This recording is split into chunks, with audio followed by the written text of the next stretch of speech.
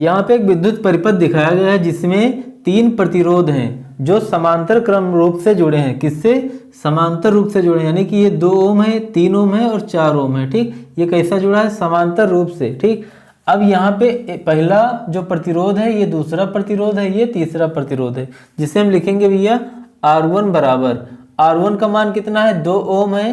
ठीक, और जो R2 है ना, उसका मान कितना है?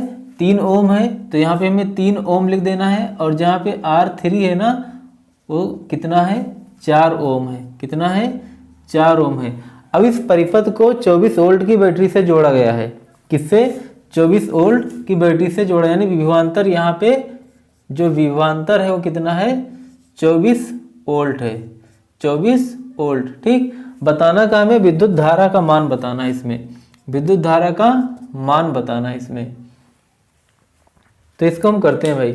सबसे पहले ये जुड़ा है समांतर रूप से, तो समांतर रूप से जुड़ा है तो इसको हम करेंगे इस सूत्र से 1/R बराबर, जो सूत्र इसमें लगेगा समांतर के लिए 1/R 1/R1 plus 1/R2 plus 1/R3। ठीक, अब यहाँ पे इनके मान हमें रख देना है 1/R, और यहाँ पे R1 का मान कितना है? 1/2 है, 2 है, फिर 3 है, फिर 4 है। तो इसमें हमें लिख देना है, यहाँ पे आ जाएगा 1/ कितना आएगा? 3 आएगा, और यहाँ पे 1/4 आएगा। अब यहाँ पे हर समान नहीं है। अब हर समान करने के लिए 4, 3, 2 जो हर में है ना, इनका निकाल लेंगे एलसीएम। तो इनका एलसीएम आएगा 12। ठीक, कितना आएगा? 12।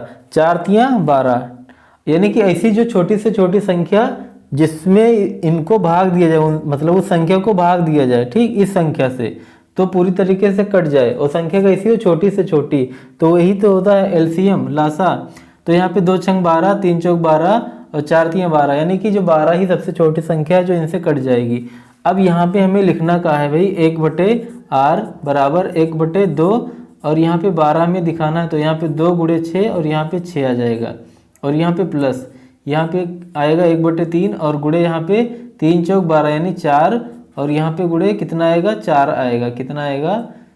4 आएगा, और यहाँ पे प्लस, और यहाँ पे 1/4, इनमें हमें गुणा कर देना है किससे? 4 तियाँ 12 यानी 3 से, और यहाँ भी किससे? 3 से।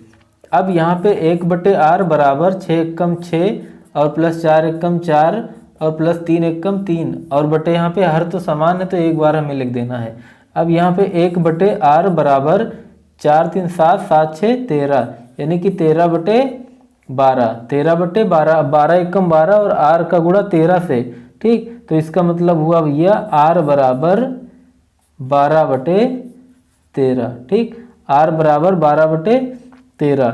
ठीक, ये क्या है? तुल्य प्रतिरोध है। ठीक, क्या है? तुल्य प्रतिरोध इनका निकल के आया है। अब इनको हम कर लेंगे दशमलव में। किसमें? दशमलव में। तो करते हैं दशमलव में इनको, और उसके बाद हम निकालेंगे विद्युत धारा।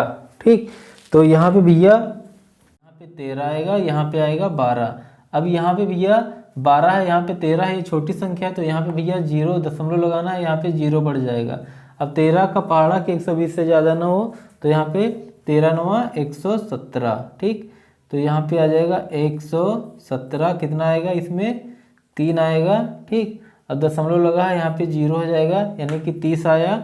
ठीक, अब यहाँ पे दशमलव लगा है, अब 0 हुआ, 30 हुआ। अब 13 दूना 26, 13 दूना 26, कितना आएगा? 4 आएगा।